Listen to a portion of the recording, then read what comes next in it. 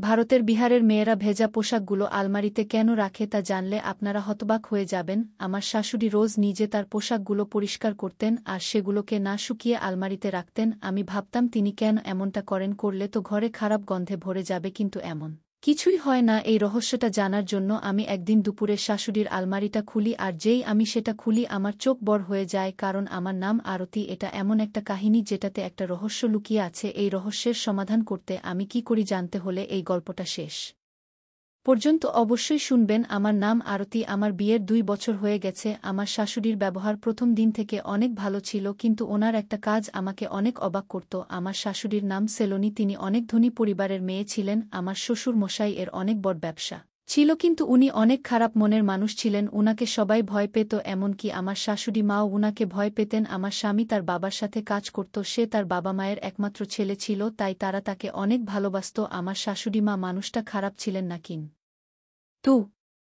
উনি অনেক সন্দেহজনক কাজ করতেন। উনার কাছে একটা আলমারির চাবি সবসময় থাকত, তিনি সেই চাবিটাকে কখনো কাজ ছাড়া করতেন না, সবসময় শাড়ির আঁচলে বেঁধে রাখতেন। তিনি রোজ আমাকে দিয়ে তার পোশাকগুলো পরিষ্কার করিয়ে নিতেন, আর সেই পোশাকগুলো না শুকিয়ে আলমারিতে উঠিয়ে রাখতেন। এটা আমার কাছে অনেক অবাক মনে হতো। একদিন আমি আমার স্বামীকে এই বিষয়ে বলতে যাই, কিন্তু সে অনেক রেগে যায় আর বলে, তোমার লজ্জা করে না? তুমি আমার মায়ের বিষয়ে অভিযোগ করতে এসেছ।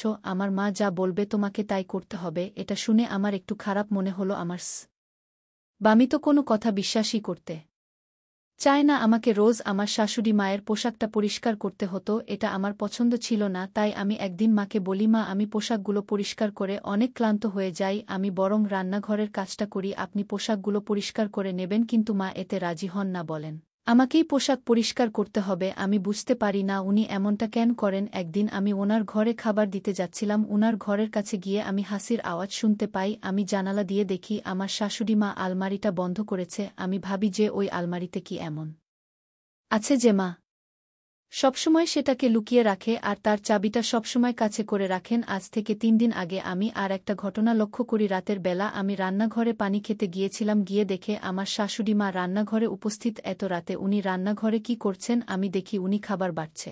আমি জিজ্ঞেস করি, উনি এত রাতে কার জন্য খাবার বাড়ছেন? উনি বলেন, আসলে রাতে আমার অনেক ক্ষুধা পায়, তাই এই খাবারটা আমি ঘরে নিয়ে যাচ্ছি। ভাবি, উনি তো আমাদের সাথে রাতে খাবার খেয়েছেন, তাহলে এত তাড়াতাড়ি উনার ক্ষুধা কি করে পাবে? পরের দিন সকালে আমি আবার বাড়ির সব কাজ করতে শুরু করি, শাশুড়ি মায়ের পোশাকগুলো পরিষ্কার করে দেই। সেই দিন আমি সাহস করে ওনাকে জিজ্ঞেস করি, মা, আপনি ভিজে পোশাকগুলো কেন আলমারিতে উঠিয়ে রাখেন? আপনার আলমারিতে খারাপ গন্ধ হয়ে যায় না? উনি বলেন, আসলে আমার একটা রোগ আছে, তাই শুকনো পোশাক পরলে আমার রোগটা বাড়ে, তাই আমি ভিজে পোশাকগুলো পরে থাকি, এতে আমার ভালো হয়। আমার এই সমস্যাটা বিয়ের আগে থেকেই আছে। সেই দিন যখন মা ভিজে পোশাকগুলো নিয়ে তার ঘরে যাচ্ছিল, তখন আমি ওনার সাথে সাথে যাচ্ছিলাম, কিন্তু মধ্যে রাস্তায় হঠাৎ আমার স্বামী আমাকে ডাকে আর বলে, আমি একটা ফাইল নিয়ে যেতে ভুলে গেছি, তুমি ঘর থেকে সেই ফাইলটা এনে দাও। আমার স্বামীর নাম সতীশ, তাকে বিয়ে করে আমি সম্মান ভালোবাসা সব পেয়েছিলাম, কিন্তু এখনও আমি বেবির মুখ দেখতে পারিনি। আমি আর শাশুড়ি মায়ের সাথে যেতে পারি না। আমি ঘরে আমার স্বামীর ফাইলটা আনতে যাই। সেই ফাইলটা খুঁজতে আমার বেশ কিছুক্ষণ সময় পার হয়ে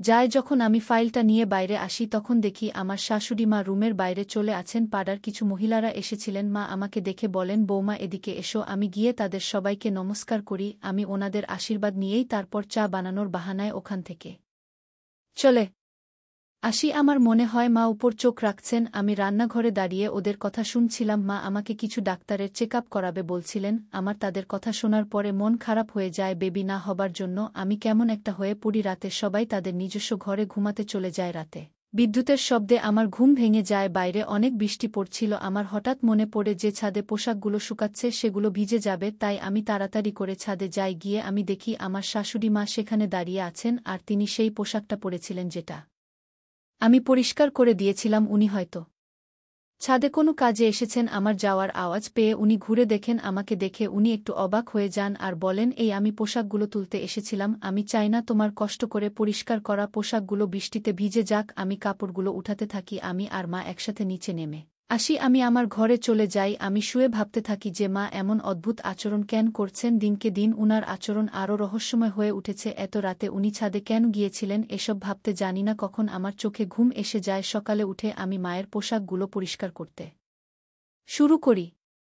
সেই পোশাকগুলো পরিষ্কার করে হঠাৎ আমি একটা পোশাকের মধ্যে মায়ের আলমারির চাবিটা খুঁজে পেয়ে আমার মন আনন্দে ভরে ওঠে। এবার আমি মায়ের সব রহস্য জানতে পারব।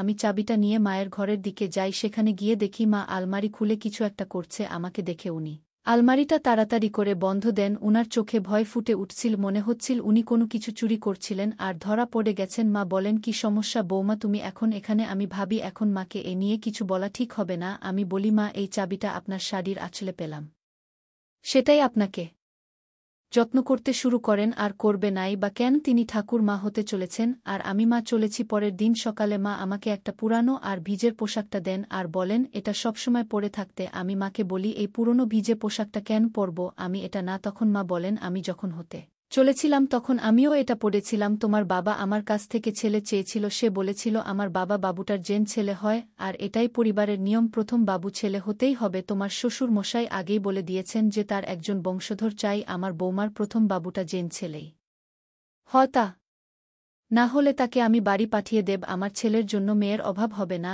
আমি ভাবি বাবা এত কঠিন কথা কি করে বলতে পারলেন? এসব শুনে আমার চোখে পানি চলে আসে। মা আমাকে শান্ত করে আর বলেন, এই পোশাকটা পরে নাও বৌমা। উনি ঘর থেকে চলে যান। আমি মনে ঠিক করে যে কিছুতেই এই পোশাকটা পরব না। সেই দিন রাতে আমি আমার নিজের ঘরে শুয়েছিলাম। আমি রান্না ঘরে একটা আওয়াজ শুনতে পাই। আমি দৌড়ে গিয়ে দেখি মা খাবারের থালা নিয়ে আসছেন। উনি খাবারের থালা নিয়ে নিজের ঘরে চলে যান। আমিও ওনার সাথে সাথে যাই। উনার ঘরে ঢুকে আমি লুকিয়ে পড়ি আর লুকিয়ে উনাকে দেখতে থাকি। মা খাবার থালাটা খাটের নিচে রাখেন, তারপরে খাটের নিচ থেকে একটা সিন্দুক বের করেন। সেই সিন্দুকটা যখন উনি খোলেন তখন আমার চোখ বড়বড় হয়ে যায়। সেই সিন্দুকের মধ্যে অনেক বাবুদের খেলনা আর জামা ছিল। তারপরে মা আলমারিটা খোলেন আর যেই আলমারিটা, অমনি আমার চোখ দুইটা বড় হয়ে যায়। সেই আলমারিটার ভিতরে একটা রাস্তা আছে, মা সেই রাস্তা দিয়ে বেরিয়ে যান। আমিও চুপি মায়ের সাথে যাই। আমি দেখি মা সেই রাস্তা দিয়া একটা ছোট্ট ঘরের ভিতরে যান। আমি গিয়ে দেয়ালের সাথে লুকিয়ে পড়ি আর আড়াল থেকে দেখি যে মা একটা 5 বছরের মেয়েকে খাওয়াচ্ছেন। এসব দেখে আমার হাত পা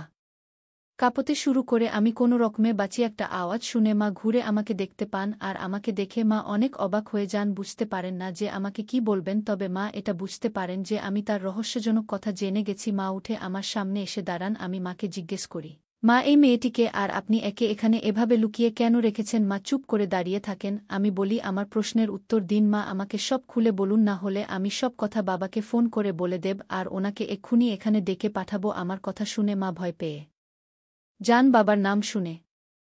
উনি কাঁদতে শুরু করেন আর বলেন, আমার যখন বিয়ে হয়েছিল তখন আমি খুব গরিব ছিলাম। তুমি তো জানো তোমার শ্বশুর মশাই এর মন কি রকম খারাপ। উনি আমার উপরে অনেক খারাপ ব্যবহার করেছেন। বিয়ের 2 মাস পর থেকেই আমার শ্বশুরবাড়ির লোকেরা বেবি হওয়া নিয়ে আমাকে কথা শোনাতে শুরু করে। তাদের একজন ছেলে চাই যে এই বংশকে এগিয়ে নিয়ে যেতে পারবে। মেয়েদেরকে তারা কেউ পছন্দ করত না। আমার বাবু হচ্ছিল, তাই তোমার বাবা রোজ আমাকে খারাপ মহিলা বলতেন আর আমাকে কথা শোনাতেন। আমি ডাক্তার দেখিয়েছিলাম কিন্তু তাতেও কোনো লাভ হয়নি। তখন আমার শাশুড়ি মা আমাকে একজন পণ্ডিতজির কাছে নিয়ে যান। সেই পণ্ডিতজি বলেছিলেন 1-5 দিন ওনার আশ্রমে যেতে আর গরিবদেরকে দান ধ্যান করতে, তাহলে ভগবানের আমার বাবু হবে। আমি 1-5 দিন ধরে রোজ ওনার আশ্রমে যেতাম। একদিন আশ্রম থেকে ফেরার সময় আমি একটা বেবির কান্নার আওয়াজ পাই। আমি দেখি একটা গাছের তলায় একটা বেবি শুয়ে কাঁদছে। সেই বেবিটা সাদা পোশাক দিয়ে বাঁধা ছিল। আমি গিয়ে সেই বেবিটাকে আমার কোলে তুলে নেই। আমার অনেক মন খারাপ হয় তাদের উপর যারা এই বেবিটাকে এভাবে ফেলে রেখে দিয়ে গেছে। আমি সেই বেবিটাকে বাড়িতে নিয়ে আসি, কিন্তু আমি তাকে সবার থেকে লুকিয়ে রাখি, কারণ তোমার বাবা তো মেয়েদের একদম পছন্দ করতেন না। তোমার বাবা বলতেন যে মেয়ে একটা বোঝা হয়। আমার ছেলে চায় যে আমার মতো শক্ত আর মজবুত হবে। আমি এই বেবিটাকে সবার থেকে লুকিয়ে রাখি। এই বেবিটা সবার থেকে আলাদা। ও আমার বাড়িতে আসার পর থেকেই আমার বাড়িতে সৌভাগ্য ফিরে আসে। আমার বাড়িতে অনেক টাকা পয়সাও আসে। তোমার শ্বশুর মশাই এর ব্যবসার উন্নতি হয়। আমি শুনেছিলাম যে এরকম বেবিরা অনেক শুভ হয়, তাদের কাছে কিছু প্রার্থনা করলে সেটা পাওয়া যায়। তাই আমি এই বেবিটার কাছে একটা বাবুরের প্রার্থনা করি আর তারপরে সতীশ আমার কোলে আসে। এই মেয়েটা সতীশের থেকে বড়, কিন্তু ও মানসিকভাবে সুস্থ নয়, তাই ওকে বেবিদের মতন দেখতে মনে হয়। সতীর যখন হয়েছিল তখন ওর বয়স ছিল 6 বছর। বাকি বাবুদের থেকে ওর বুদ্ধি কম। ও কথা বলতে পারে না, শুধু শুনতে পারে। আমি ওকে নিজের বাবুর মতনই ভালোবাসি। আমি ওকে নিজের হাতে বট করে তুলেছি। মায়ের কথা শুনে আমার বাবার চিন্তা ভাবনার উপর অনেক আফসোস হয়। আমরা মেয়েরা কি এতটাই খারাপ? আমি মায়ের কাছে ক্ষমা চাই। আমি মাকে ভুল ভেবেছিলাম। সেই সময় একটা ফোন আসে আর খবর যে সতীশের একটা অ্যাক্সিডেন্ট হয়েছে। সেই অ্যাক্সিডেন্ট ওর 2টা পা নষ্ট হয়ে গেছে। ও আর কোনোদিন হাঁটতে পারবে না।